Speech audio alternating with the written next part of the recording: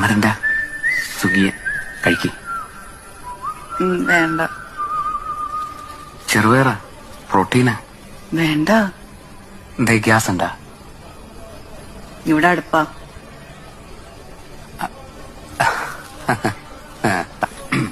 ഇനി എന്നിട്ടാ പരിപാടി? മിറ്റടിക്കണം.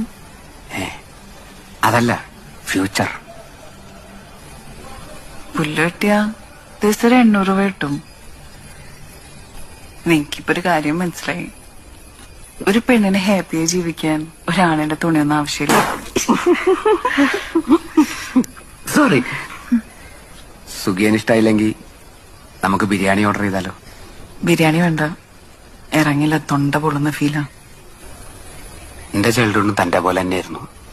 അതുകൊണ്ട് എനിക്ക് പെട്ടെന്ന് തന്നെ കണക്ട് ആവുന്നുണ്ട്.